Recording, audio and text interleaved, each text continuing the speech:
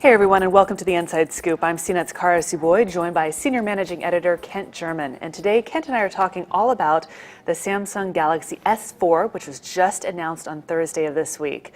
So we know a lot about the phone already, the specs, the features, the size, and all that. But I'm more curious to hear your thoughts on where this phone falls in the landscape of smartphones. Well, Samsung's done a good job of having its Galaxy S line. I mean, the image of it has been a little convoluted because they have some really low-end Galaxy models, but the Galaxy S, that's their flagship brand. Everybody knows it, everybody's familiar with the device. The Galaxy S3 was very popular, successful. And with this device, you know, it's not a huge step forward beyond the Galaxy S3, but it is taking that phone, inching it a little, throwing almost every spec imaginable in it, getting the screen a little bigger. So it's a nice little push forward for them, and I think it's going to be very successful. As far as the S3 users, is it worth them breaking contract to get this phone? You know, probably not. I mean, it would depend on what kind of deals the carriers offer. If they come back and they say, well, you know, you can extend your contract and we'll still give you money off, possibly, but I don't think from the outset, not really. And outside of the whole Android family, is it worth people jumping platforms? I mean, do you really see iOS users hopping over to get their hands on the S4? No, I don't. I mean, I think if maybe, but you know, if somebody's really committed to iOS, they always have been. They're probably always going to be. So I don't see this phone in particular making someone switch over to Android. I think it's really difficult to talk about the S4 release without talking about yesterday's announcement. There was roughly, what, a 45-minute, hour-long spectacle, for lack of a better word. Yeah, it's a good word, I think.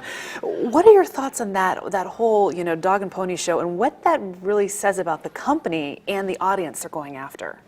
Well, you know, Samsung has always sort of done this theatrical performance thing. You know, a few years ago at CES, they had a little kid run around on a wolf's head and talk about using the devices at home, and that was very bizarre.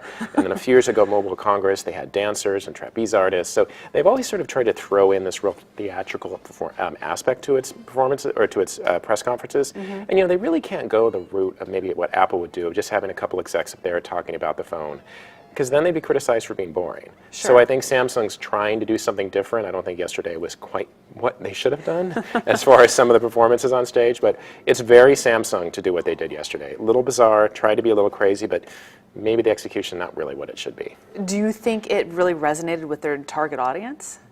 Well, I don't know what their target audience is, I guess, from this presentation. Good point, I was looking at it and saying, well, this phone really is for everybody. Like in CNET's review, or first take, we say it's for people that really want a high-powered Android phone. It's for people that isn't. So I don't think the phone has a clear target market right now, and from yesterday's presentation, I don't know who they're going for.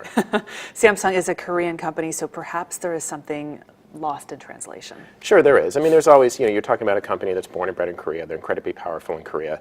And, you know, they do have to transfer that sort of corporate image into different cultures. And there's always, you know, that's going to be fraught with complications. And so I think we might have seen a little bit of that yesterday. Yeah, well, let's hope that the phone speaks for itself. Let's hope so, because the presentation didn't.